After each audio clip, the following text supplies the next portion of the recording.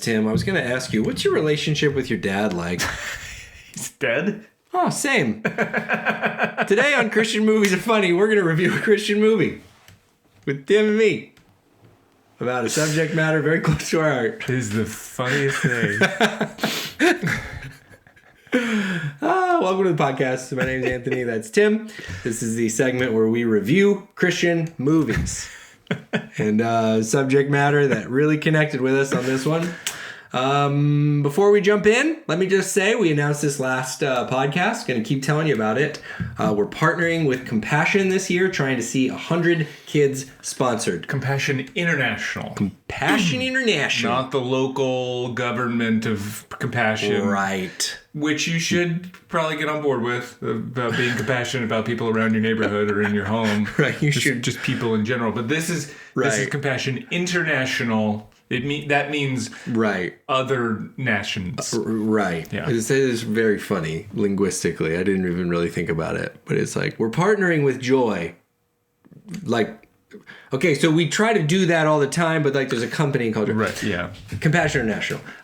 Compassion.com/Bible is funny. We're trying to get 100 kids sponsored. If you don't know about sponsorships, you can find out more on their site, but really you're just supporting this kid in a developing country, and so that they get education and they get food and they get clothes and they get all this great stuff.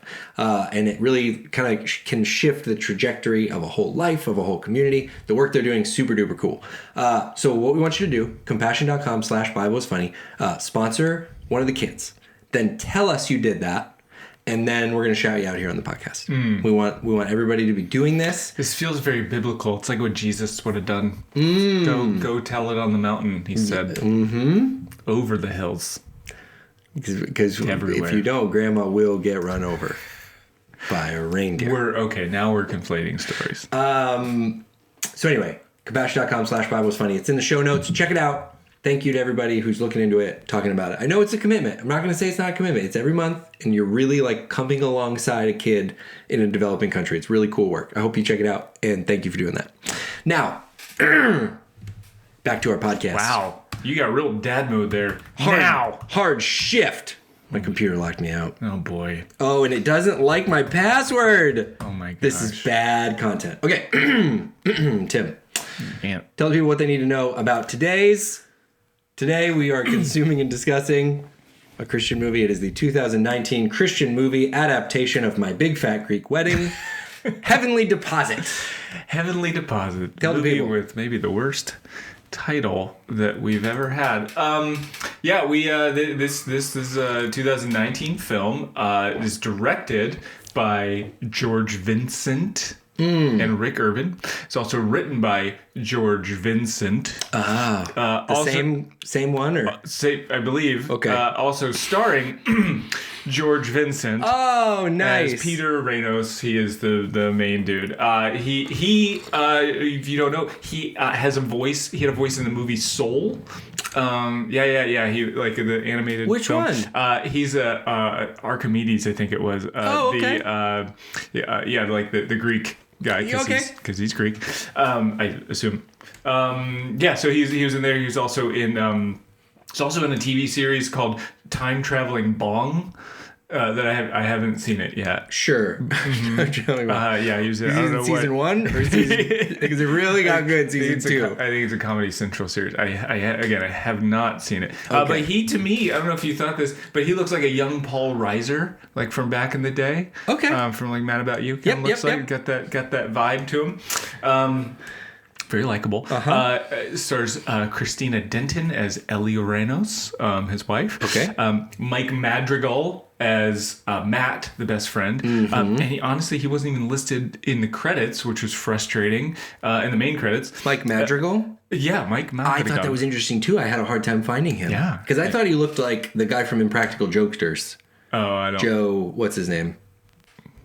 Rogan? You don't get it. I thought he looked like that guy. No, you know what's funny is I thought he also looked like he's been in like a bunch of things. He was in like a Modern Family episode, but he reminds me of the musclehead guy from Parks and Rec that hits on Anne. Oh yeah. He kind of looks like, kind of talks like him, little goofy, little like I don't know. Yeah, Anyway, that's funny. He did look like him. It stars Elisa Reyes as Jenny. She was in all that. She's one of the salon girls. In all she that? She was in all that. Yeah, she was one of the. Oh. Yeah. And then Benjamin Onyango. He was Nigel the agent. He's also in God's Not Dead. We remember him. He was the Reverend in God's Not Dead. That's where I thought he was familiar. Okay. And I'm naming a lot of people here. Lisa K. Wyatt as the casting director. It wasn't like a big role in the film. Right. But she was in The Office. I thought she looked really familiar. She was in The Office as Kevin's like love interest for a second, where like he thought like she was real pretty. There's a scene in The Office where he's like, I get real pretty or nervous around pretty girls, and she's like, oh, that's sweet, and he's like, no, seriously, take my hand, it's real sweaty. But yeah, she's in that. There's John Savage as Donald, the frame store owner. Yeah. He was in Deer Hunter with Robert De Niro and Christopher Walken. I know, that's those a big are names. deal. Our names. Yeah, some other people. Frank Ashmore as Tony the Bank Angel. He's had. Sorry, is that actually? Or did you just do that? Sorry, I just named him Tony. Okay, because I would have completely thought. They could have named him that. No, he's been in a ton of stuff. He's had a very long career. He was in Airplane and Airplane 2. He was in the Bob Newhart show. He had a part in Arrested Development. He was in like 100 episodes of General Hospital. Like, dude's been around. So heck yeah. So this film has some people. Yeah. It's got some. These are working actors. Yes, yeah. And have had careers and continue to have careers. Yeah. Although I will point out once again, this is a film that was written, directed, and starred by the same person. Yeah. It's a little red flag right there. Just a little one. It is, and I'll do our spiel now because I think that matters. So what we do here, if you're not familiar, we consume Christian movies. We discuss them here on the podcast with you. We do not like, for critical sake, to just tear things down that people make. No. I will say, I'm normally just a very pleasant, nice so guy encouraging who does not criticize anything. Just a beam of light. I will say one thing I think we've learned, and I think we rarely share useful things. And I think it's just a life lesson. If you're setting out to make something, to have other perspectives weigh into it with significance. Typically, you're going to find, if you are writing, directing, producing, starring, selling, managing, if you're doing all of it, it may not be as good as it could be if you brought in other perspectives, other opinions. If there's one actual learnable thing you take away from this, we have seen that a couple times. And yeah, this isn't just with making movies. Right. I think if you've got anything going on, and you find yourself, and it's weird because there's a matter of perseverance and push through and hey, you got a vision, you got a dream, don't let us get you down. At the same time, if you keep finding that you can't find someone to join with you, right, it might be. Could be you're not. This isn't a good idea. This isn't a good idea. And maybe it is close to being a good idea. But then when you're like, hey, I want you to direct it this way, and they go, yeah, no, I'm not gonna do that. You need somebody to call you out and say, it's helpful. It's not. It's helpful. It needs to be better. Just a different perspective, like you said. It's helpful, but just honestly, that is enough of useful tips. Oh yeah, we have gone on way too long on something that might accidentally be useful for somebody. Truthfully, we consume, we discuss, we watch a Christian movie, we chat about it. Whatever you're going to make, go out there and make it. I can't stress enough finding good partners to work with, and that's pretty helpful. But you know what? Go out there and make your thing. Tell your story. Create. It takes a lot of work. You're very vulnerable. Go out there and do it. Don't let anybody slow you down. I promise we won't do your movie. We're doing this movie. We're not doing your movie. And if you happen to find a good partner, in whatever creative endeavor you're doing, please let me know, because I've been looking for one in the moment for 15 years. One day you'll find one. Get one. All right, movie came out in 2019, so it's fairly recent. We know a lot of people saw it, but there are people that come along for the podcast that they didn't see it. So I'm going to read a more detailed synopsis that contains spoilers. This movie is available for free on Tubi. I'll put that link in the show notes. If you would like to consume this podcast knowing the story and not being surprised by the spoilers. You don't want us to ruin the movie for you. You can pause the movie or pause the podcast right now, go to the show notes and find the link to the movie and you can watch it right now. Welcome back if you watched the movie, and if you stuck around, we'll continue. Yeah. Do you want me to read the general synopsis from please. IMDb? Yeah, so this give us the this is from IMDb teaser. A faithless man finds himself carrying the weight of the world until a divine experience changes his life, and he cannot deny the power of God. My gosh. Yeah, they did it. They summed up this whole film in one sentence. That's kind of it. Yeah. That's kind of it. It's intimidating that you read that before I do mine, because now I feel like, how do I live up to a faithless man? All right, this is my Heavenly Deposit synopsis with spoilers. The year is 2009. The American financial system is in ruin. The Black Eyed Peas have the music industry in a chokehold. And life is boom boom powing Peter Ranos right in the face. Seemingly all at once, Peter is face to face with some of life's most difficult lessons. Like, even after you make a whole down payment on your house, the bank still expects you to make payments on it every single month. Lessons like, it doesn't matter how much you want coffee creamer, you still have to have money to buy it? And some even more difficult lessons, like when cars run out of gas, they don't work so good. Weird coins are a bad investment. And how babies get made. But just when Peter's at his lowest, wondering, where is the love? God shows up in the form of a dead actor / painter / bank patron named Tony. His wife survives a traumatic health episode, and Peter's Greek accent is finally recognized professionally as he lands the role of a lifetime as a Greek lawyer in 2 episodes of a TV show. His life has changed. Heavenly Deposit. Oh, that's great. This movie, I cannot wait to discuss. Tim, what was something that was shocking to you about this movie? Most shocking thing to me was his fond memories of his dad. We get this recap of what his life was like with his dad, and the first shot is Dad's fishing. They're both fishing on a dock, and Dad catches a fish, and he's I don't know, doing something. And then Dad takes the fish and starts chasing him around with this lifeless fish. Right. Is very flirtatious and weird. What the heck was he doing? Yeah. He's chasing his kid with the fish. And then also shocking that his dad thought the stamp collection was going to be worth something someday. And we don't know how he died, but maybe he died from being so dumb. The stamp collection really was never going to materialize as and it's clear the men in this family have a history of this type of decision making, right? Where they're like, and it gets to be later on in the film where he's they're talking, they're selling off all their stuff to make some money to make this one payment on their house that's going to be the be all end all. Yeah. And she's having to sell her jewelry and her wedding ring and all this stuff. And then he's like, "Did you think I wanted to sell my stamp collection?" And if it's me, I'm like, yes, yeah, I did. I do. I want to sell any stamp collect. Get for the $4 it's worth. Right. Get it off my desk. And the guy goes, the stamp buyer goes, "I'll give you $300 for this." And he starts by saying, "I got a ton of these. I'll give you $300 for it." And he's shocked by that. I want to just double down though on the dad, because one little note that I just thought was visually noteworthy. The dad is fishing, the kid is not. The kid is playing with a truck. Right. Again, it was just all fresh.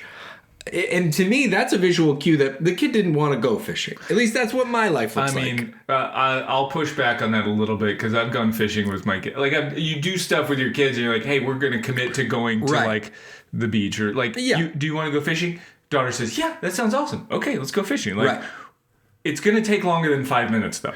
And they're going to end up so doing then other after stuff. 5 minutes when they're bored and they start Understood. doing other stuff, like you plan ahead and you bring some other thing. Right. Just a pro tip for y'all fisher people out there. I did tell who want to fish with your kids. The first thing I ever told my daughter about fishing is that fishing is all about snacks. And so you bring whatever, it's all about the snacks that you bring. So we went shopping for snacks. And then the second she got bored, which was 90 seconds into it, she was at the snacks. Right. And that's fair narratively. Yeah. I'm saying visually, if you wanted to show a dad and son connecting over fishing, maybe the kid's fishing too, but whatever. We go past that scene. We do a couple other scenes. And then at one point he's drawing and the dad looks at him, and I had to write the line down because it made me laugh. And he says, "Keep this up, Peter, and one day it'll be worth something." Which I'm like, I think, again, today it's not. I think you're trying to make this an encouraging scene. What I'm hearing is, today this is worth nothing. This is worthless. But you keep this up maybe one day. So I thought they tried to depict like a sweet relationship, and they were just like a bit off on all the scenes that were supposed to make this a sweet relationship. So I love that you pointed that out. But yeah, the stamp collection was also bad. Something very shocking to me is at the end of yours. Yeah, I'm done. Whenever you go, you start talking whenever you want. This was hard for me to narrow down because I did find myself shocked a lot in this movie. But I think in general, it's just Peter's decision making. Like, it's just, you're trying to make me like track with this character and follow the journey. And I am really struggling to track with decision making. A couple of times in particular, let's talk about the problem with the story. The main issue is that they can't afford to make their house payments anymore. What's revealed through an argument is that Peter lost his job a year ago. And he looked hard for a job for 3 months, which he presents as a point for his case. Which I'm like, okay. Then she says, you got offers for a job. You could have had a job. And he's like, well, I didn't want that job. And she rightly says, that'd be better than being homeless. And you're kind of like, hard to disagree with her. Then they get real fired up about a garage sale, which is apparently a large lump of money they need to catch up on all these payments. Garage sale, fun times. You gotta do something. Right, I don't knock that. In the driveway is a brand new Mustang that we'd never address until it's like forced that we address it. So they're so then again culminates in there's a medical emergency. His wife has to be rushed to the hospital, and he's given pretty bleak, although optimistic news. Hey, she's getting into surgery with the best surgeons in town. Surgery's gonna take 2 hours, and then we hope we're really focused on saving your wife's life. We're in this with you, Mr. Peter. We're very sorry for that what you're going through.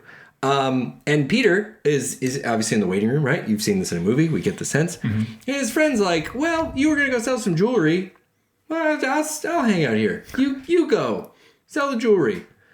And then he gets a call that an audition slot opened up at 12:15 that day. Again, I'm just running some numbers here just to kind of walk the people through it.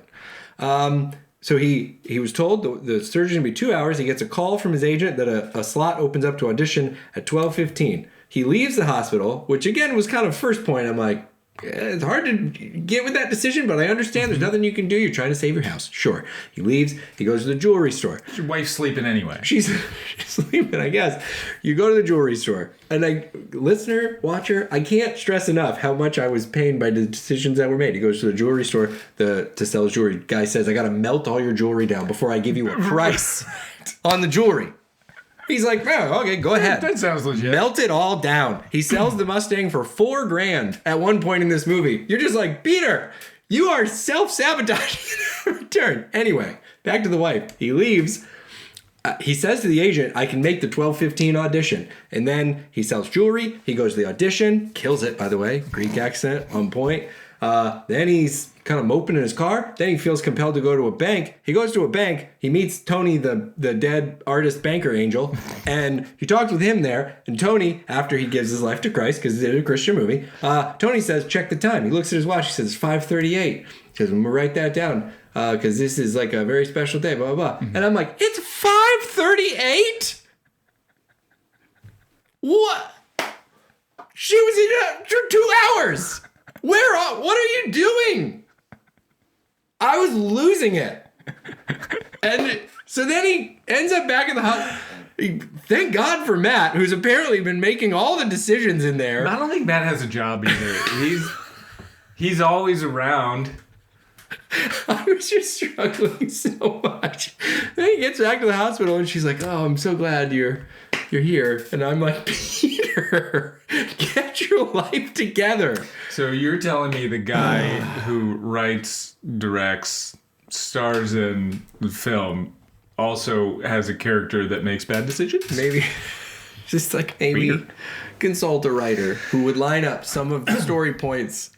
Because I was really...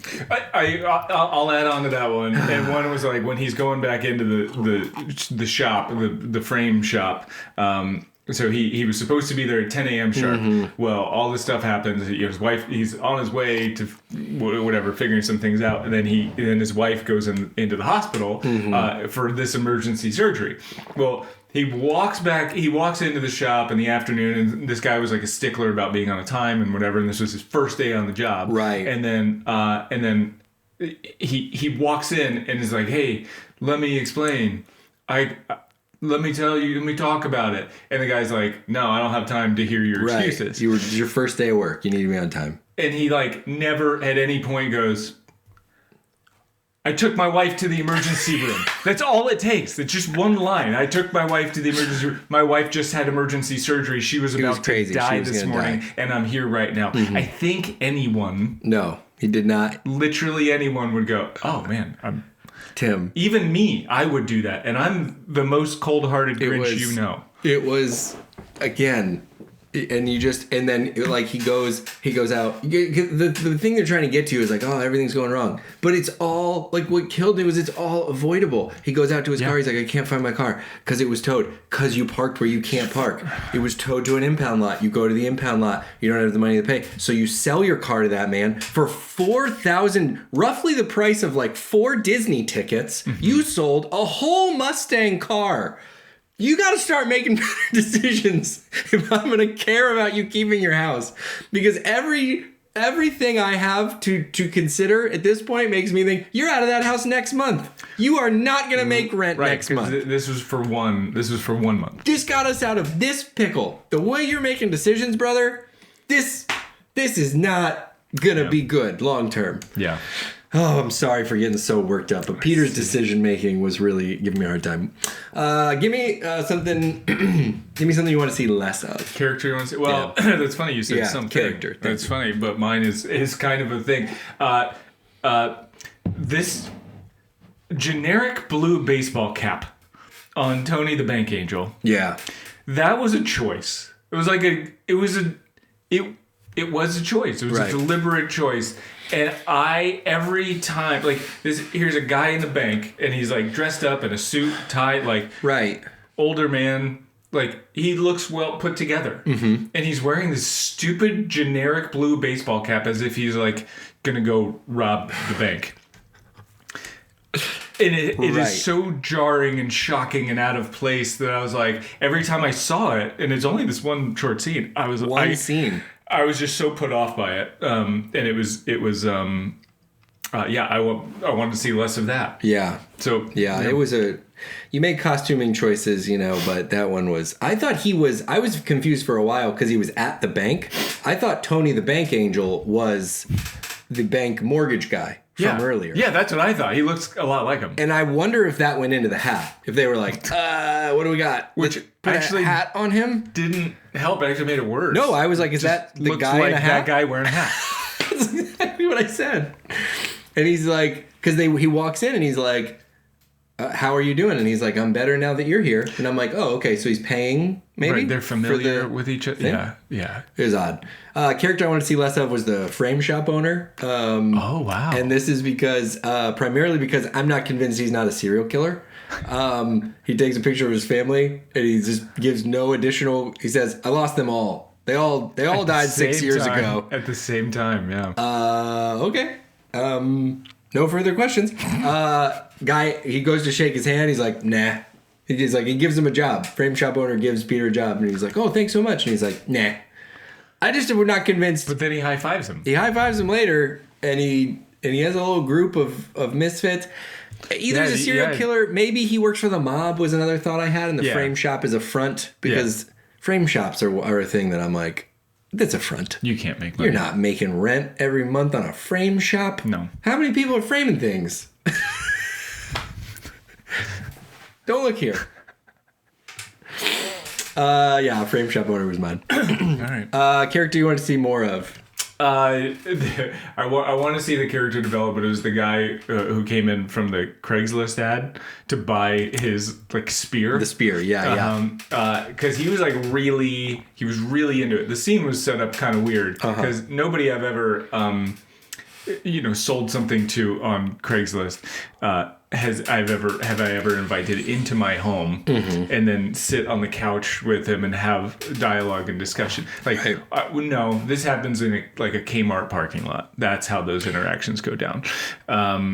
But this guy was so excited to get the spear, and he was such a big fan. I want to see more of him. No, you're right. And the scene setup was an interesting run because it's at night at his house, and he gives his address over the phone. Right. So I was like, and I want to say they even did a music shift that made me think this was going south. You have a pregnant wife at home, and you're giving someone your home address at nighttime. It kind of tracks with bad decision making.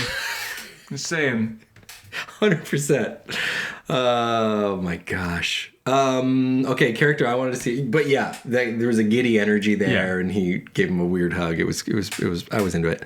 Character I want to see more of was, and really I want to see this character and the premise of the garage sale police. This is a real thing in this movie. This is a police officer that rolls in on a bike and comes in hot on garage sales to ask for permits to have the garage sale. He gives out $200 fines if you don't have a permit to do your garage sale. And I love the concept. I love the bike. I love the idea of somebody. He was a very intense cop too. Right. He reminds me of my wife's Uncle Ron, the cop. And he kind of looked like him. Does he? I don't think he gives tickets for bust up garage sales. No. As far as I know, not anymore. Just the concept of rolling up someone's driveway and somebody goes, the fuzz! Ah! And they run, and from it's a garage sale? Right. What are you breaking up? Commerce. I don't. It doesn't make any sense. Why would there be a dedicated police officer whose job... I think he was just patrolling the streets, and then he found the sign and was like, wait a minute, I don't remember seeing a permit for this. Apparently it's the same police officer. You have to get the permit from that police officer. Comes across his desk. He's aware. I think every Saturday they're waking up in the morning going where's all the garage sale permits? Right. Okay. Oh, wait. There's a sign. Yeah, I'd like to see that even built out to a department of the police force that focuses on people that their dog poops in the yard and they don't pick it up and they're pop out of the bushes. That's illegal because technically it is. You're not allowed to do that in a lot of cities. So just a dedicated part of the police force that enforces weird laws that are just sort of nuisance issues. That's what I want to see more of. Okay. Character that reminded... Okay, this is our new one for this year. This is a character that reminded you of me. Oh, yeah. And then I'm going to give one back to you. Okay. So mine was Peter, but there was one specific moment. Clearly he's a dude with no car experience at all. And when he puts gas in an empty car. And then he impresses his wife at dinner by saying, I got my car running. And with no one to call him out on his BS, his wife is just in the dark on the matter. She doesn't know. She didn't know why it wasn't working. And she's like, oh, okay, cool. Like, this is a positive thing. Like, yeah, man. If the world knew really what happened here, we'd realize he would be exposed for Not for like this, you had a gauge visible at all times. It sort of slowly told you this was coming. Yeah. And then it happened. Like the failing to like tell the backstory of like, well, yeah, I got my car running. It seems like an Anthony thing to do. You gotta go. And then you're not saying it's because I forgot to put gas in it. That was the issue. Yeah, I think I fixed it though. I respect the communication principle there, which is you give the bullet point that matters. Right. The car was not running, and now it is. Right. Probably telling. My character that reminded me of you was Peter's wife, who did call him out on his stuff multiple times. Very funny that was not planned, but yeah, the way to what I said earlier. When he says, I don't want to take a 725 job, it's not a good life. She's like, well, better than being homeless. And just the amount of times she correctly called out what was like a loose cannon decision maker, and she would just be like, yeah, that's not a great decision. One of their bigger kind of like end of second act fights, she's like, you're the one who did this because you thought you were going to land a big acting role and get us out of financial ruin. Like, just very like state actually what his decisions are. Yeah. And she nailed them a bunch of times. She was good. She did a good job. Thank you. I'm honored. Yeah. Okay. Low point. Oh, low point in the film. Also, I want to go back to the character most like you. I also thought Matt kind of was like you, the best friend. Okay. And I'll tell you why. Is because he's a really good friend. He is willing to do anything, but also he's very focused on food. Yeah, and so all of these things, like, that's kind pretty of food focused. Matt was. All right, we said low points. Mm-hmm. Low point. Low point was the lowest point to me at the very end. It was the last line that he delivers in the whole film, and he's like giving this recap narrative, or like here's how the future goes for me and my family. And he says, as for Tony, I never did see him again. This is the bank angel. But I'll always be grateful to him for that special day at the bank when I made my heavenly deposit. Roll credits. Yeah. End of film. That was... Theme. It was so bad and so cheesy. Like, you didn't need to say the name of the movie. We got it. Here's what I'll say to that, though, because I want to be fair. And I'll say maybe more me. I know I've done this here. I've called Christian movies out on titling a movie that you never once connect any dots to. So while that was the corniest and the cringiest, I want to throw one pebble on the scale side of... It was already there. We already knew what he was doing. At the bank, in the deposit. Like, it was implied. We already knew it. You don't need to end the film. The scale's like this. And be like, well, it's in a meaningful way because I did it as the last thing I said. It's like this. Heavenly deposit. But I want to put one pebble on something to connect the name. I flicked it off. My low point was was some of the Peter's character stuff. To be fair, I truly, my answer to this is I didn't think it really had low points. I think it was pretty consistent because it didn't have any higher points. But Peter plot point wise, Peter picked a plot point. So a couple of times they nod to his sort of like stubbornness and his he doesn't want to take help, and his mom tries to help him. Matt tries to help him. He doesn't take help. But then in the same movie, his first answer multiple times to financial issues is just asking if he could not pay. Like, he goes to the bank and he's like, what if we just like get an extension and just like don't pay this? He's at a boxing gym. He's like, is it cool if I just like don't pay this? His car gets impounded. What if I just don't pay for this? Like, are you prideful and you can't take handouts, or are you constantly asking for handouts? Because it's like kind of both right now. Like, the people that it is reasonable, your friends trying to help you, your mom's trying to help you. You're like, you're not taking handouts from, and I get this is probably a real thing for people. But then you go to like you go to the impound guy $700 and you're not shy to be like, you can help me out. Right. Yeah. That was my low point. Okay. There we go. Sometimes I think about the people doing it and they're like, what was this movie? And it is what we're describing. You have to go right watch now. it or don't. Okay, give me a high point. High point was the line delivered by Donald, the frame store owner. Okay. And it's in the group counseling session. Oh, and gosh. he goes, it's hit this like dramatic point in this moment, and it's a grief counseling session that he started for people who have lost someone, whether you killed them yourself or not.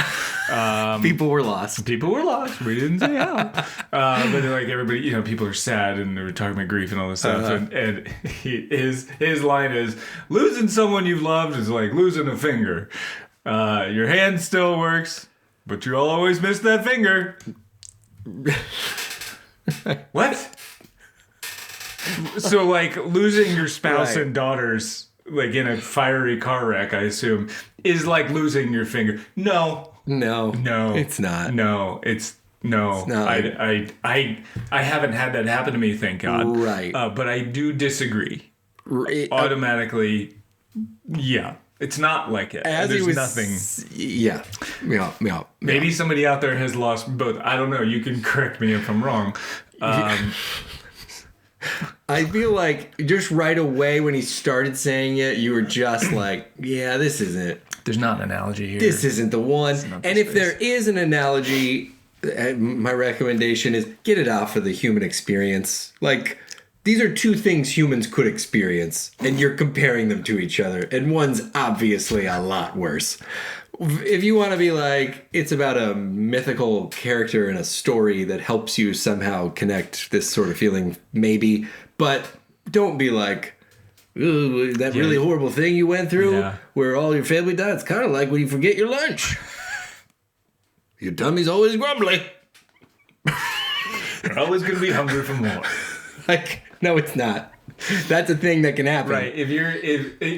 Again, this was a high point. It was a line that just made me laugh. It was. If you're out there and you're wanting to compare someone's grief about losing someone, don't. Actually, just start by stopping. I also wanted to say that this was part of my serial killer narrative because it felt a little minimizing to me. You know what I'm saying? About like, we got 5 fingers. Don't forget. You got 5 fingers. And then you got the other hand. You got a whole other hand. You got lots of fingers to cut off. You see what these orangutans are doing with their feet? You could do some stuff with your feet. You could definitely kill somebody with your feet. There's probably... you could. Not that I have. I'm going to say there's 16-ish people you could kill and still be functioning a lot of the stuff you're trying to do. That's all I'm saying. That's it. Like Moira. That's what it felt like to me. What was your high point? This is going to be a shock to the podcast, but I think you'll get it. I think the listeners and the viewers will get it. My high point was Peter. As much as everything I said is true, the guy was so darn charming, and he's like this bumbling, he was like fool, and I was like, doggone it. You want Peter to figure something out at some point. He had almost like, I want to say it's in the ballpark. It's not close to like a Michael Scottness to him where you're like, everything you're doing is self-inflicted. You're just not high functioning as a person, but doggone it, I want good things for you. That's true. He's very likable. Great head of hair. Like, I just was like, Jealous. Peter's my high point. The guy was like, I did his wife calling him out like when the police officer showed up to give him the garage sale fine, and he's like and he kind of pushes back but not really. He's just like, what do you, come on, like, this is a little excessive and it's a $200 fine, like what gives? And like that's about the level of his response, and everybody else is like yeah, I mean, you didn't have to have that attitude with the cop. I promise you, he didn't. He really didn't. No, that's about as nice as I get. And for him, everybody's saying that's as mean as he gets. Well, it was visual cue wise. Again, as a viewer, you were like, "Oh, was he mean?" I almost rewound it to go like, "Where was he mean?" I think he clarified one statement that was made, and that was like, "Cop was like, that's enough of that. I wasn't gonna give you the fine. I wasn't gonna give you this fine. I typically stick to the yard sales." but this garage sale is getting into my jurisdiction. The yard sale cop pulls up from the other side. Hey, you got no business here, Tommy. Scram! Gosh, that's a funny show. That's a funny concept. It's like a Super Troopers-ish concept. Did you have a... You did your high point. Did I have I did my high point. Peter, okay. Raised hand emojis. This is our scale. The raised hand emoji. It's like this for iPhone users, Samsung users. I don't know if you guys are doing emojis, but that's what that looks like. So how many raised hand emojis out of 5 do you give Heavenly Deposit? I hate to be on this streak, but I can only give one. Mm-hmm.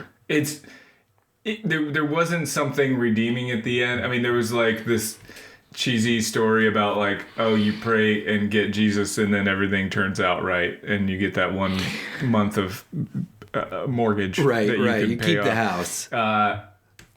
There are some watchable elements, but for the most part, like their dialogue back and forth, even between a husband and wife, was so slow and paced in a way that they finished sentences completely. Right. And there was no dialogue overlapping what they were saying where a wife might interrupt. Like, it was just like, so get on with it. Go. Say the line. Say, both of you talk together. Have you never talked to another human before? Right. Have you not had a spouse? Like, you talk over each other. You go back and forth. You have discussions. You get heated. Like, this...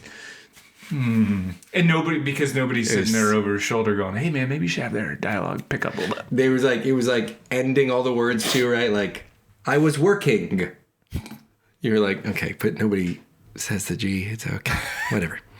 That's fair. Listen, I'm afraid viewers think I like double talk here. This is the Peter goes on no progression through this movie. That was one funny thing to me. He does not really change from start to finish. He does pray with Tony the Bank Angel. That was like the only noteworthy thing. He doesn't change his ways. He doesn't like learn anything discernible to me. He prays with Tony the Bank Angel. That's the only like character development point that happens. He doesn't get more organized. He doesn't communicate differently. No, he just got saved. He just That's all you need. Prays with Tony the Bank Angel. All those things are true. The dialogue is poorly written. Again, I like to represent that if you are here for the cheese, if you are a fondue fan, this did it for me. Like, it stayed right here, never got real up or down. Again, Peter's likable. It didn't leave you feeling yucky. It was like cornball, cheesy Christian movie. This one's watchable. Keeps you on your toes because it doesn't like really fully make sense. And like, what's our number, Ant? We're all waiting for the number. I was between 3 and 4. Oh my for gosh. Watchability, for Christian movie's sake, I was between 3 and 4. I mean, it's true. Like, the production value movie wasn't bad. It wasn't bad. The actors were real actors. Right, yeah. Like, all of it was like, if you're okay with, like, at the end, again, I think I make this comparison a couple times. If you're okay with at the end, she's Santa's daughter and he is actually the real rightful owner of the town farm and you knew this the whole time, this is a movie you're not going to hate. It's fine. It's fine. There's, like, some fun. The mom is this, like, Greek mom. She's kind of fun. They say some Greek stuff periodically. I thought they were Italian for 20 minutes. Yeah. But then when they got meatballs going, I was like pretty confident. But to be fair, they're all Mediterranean. So right, I learned that meatballs are enjoyed by multiple cuisines. It's just news to me. we had the market cornered on that. But yeah, 3.5, 4. It's on Tubi. It's free. If you want to turn your mind off and watch Peter struggle to survive. Making bad decision after bad decision. Watchable. It is highly watchable. Heavenly Deposit. The fact that it was made in 2019 is tough. It felt like a 2011-ish, like early 2000s movie. Because of his inability to use the internet a couple times. Or confusion. He calls about a job and they're like, you have to apply online. Again, this was set in 2009. Right. But I'm just like, You know it. So you're telling me you're comfortable enough with the internet to like sell your stuff on Craigslist, but it blows your mind that you would submit a resume to somebody on that internet? He was like, please, can I just come in and give you the resume? Like, he didn't know how it worked. It's like, I mean, you have it in a file that you print. Peter? I don't know. I want to coach Peter so bad. So bad. I want to help him because he's so likable. Heavenly Deposit. Wow. What a journey. We did it. We didn't even talk about his athleticism in the boxing gym. Everybody looks like an idiot if they're not a professional boxer. I know. That is really fair, and it's not. I don't think it is the like backdrop some people think it is, because you think, oh, I'm punching a heavy bag, so that like communicates some stuff, but it's like, boy, if you're not doing it right, you look like a goober. One other thing I failed to mention, but I thought it was of note, for a extremely financially strapped couple, they spent a lot of money on pregnancy tests. Between the two, like, he shows up at home, he's like, I got you something because I thought you were pregnant. Like, they hadn't even discussed being pregnant, and he's like, I think I know your body. Yeah. And she's like, yeah, I already took 2 pregnancy tests. Like, no, well, then just take the one, man. Like, right. You guys don't have any money. Right. Don't take more pregnant. Dude. You're just going to get the same answer. There were so many things like that. The car, like I already brought up the car, the boxing gym membership to begin with. I'm like, there's just things when people are strapped for money that they like logically go to. Also hysterical that at one point the banker was like, if we can't sell your house for enough money, I'm like, your LA, California real estate house is not going to make money. Okay. I'm suspending my reality in a couple ways. Yeah. And I get that in 2009. It was tough times. It was tough times, but I'm like, it's hard to believe it went down that much. Mm-hmm. But whatever. Also one other note, I'm gonna set out there when I make someday I'm gonna make a film, and in that film I'm gonna have a woman vomit, but she's not gonna be pregnant. And that's gonna be. Hold on. Yeah, it turns out people can puke and not be pregnant. Right, men can. You're saying a man is gonna do that in the movie. Right. The second you see a woman going like, "Ooh, I don't feel so good," pregnant. Especially every single time. Every time. 100 times out of 100. There's no other, and I'm not convinced because we watch so many of these. That is reality to me. Rach threw up the other day, so congratulations to us. Not to me and you. Not to me and you, to me and Rach. Okay, good. Because I had nothing to do with it. She threw up and you knew she was pregnant. That was also just so, everything about this was so, she's only sick in the morning, she's eating a ton, and then the friend has to be like, I mean, it's a possibility, Peter. Like, everybody likes Peter. You, the viewer, like Peter. And you just want him to figure some stuff so dumb out about being a person. He dresses well. They had so much jewelry, too, for a couple that's got no money. It's at a table full of jewelry. If you were like, Aunt, bring me all of your jewelry to sell it, I'd be like, I got one. There you go. That's it. Does an earbud count as jewelry? Because I got a couple like of those. Dumping drawers. It's like, I have no problem believing you're in financial ruin. You don't work. You have Mustangs and jewelry, and it has to stop. Mm-hmm. But it did stop because they started making heavenly deposits. Yeah. Hey, thanks so much for following along. This has been a ride. This has been a roller coaster. I was yelling at one point. Sorry if that disrupted your workout. Thanks for everybody that sends us movies. Send us your movie suggestions. Send me your Christian movie that we've not done yet, or even if maybe we've done it yet, but you just haven't heard it. Just send it in. Mm-hmm. I'd love to do. We love when we get to respond to your suggestions for Christian movies. So send them in at The Bible is Funny is the Instagram handle. Find us there. You think people are working out when they listen to the podcast? Like what else are they doing? Slowly. Not very inside. It's a cheat day sort of workout. Maybe like an elliptical or a slow bike. Yeah. Kind of vibe. Yeah. That's what I would. Cooling down after the real workout. Right. I can't imagine your mid bench press. I wonder what Tim thought about that movie. I hit my max. You clearly work out. That's how it goes. I work out so much that people probably thought that impression was really me lifting a weight, but I wasn't. I was acting. It's different. Okay. Thank you guys. What did I say? At Bible's Funny. That's where you can send us movie suggestions. Again, Compassion this year. Big goal. Go to the link in the show notes. compassion.com/BibleIsFunny. Sponsor a kid. Change a life. Do all those great things. And also, let us know you did it. Make a heavenly sorry. Let us know you did it. We're going to shout people out on the podcast as they do it, because this is a cool thing, and it's cool that we all get to be a part of it. So check that out, and we'll be back with another episode here very soon. The Bible is for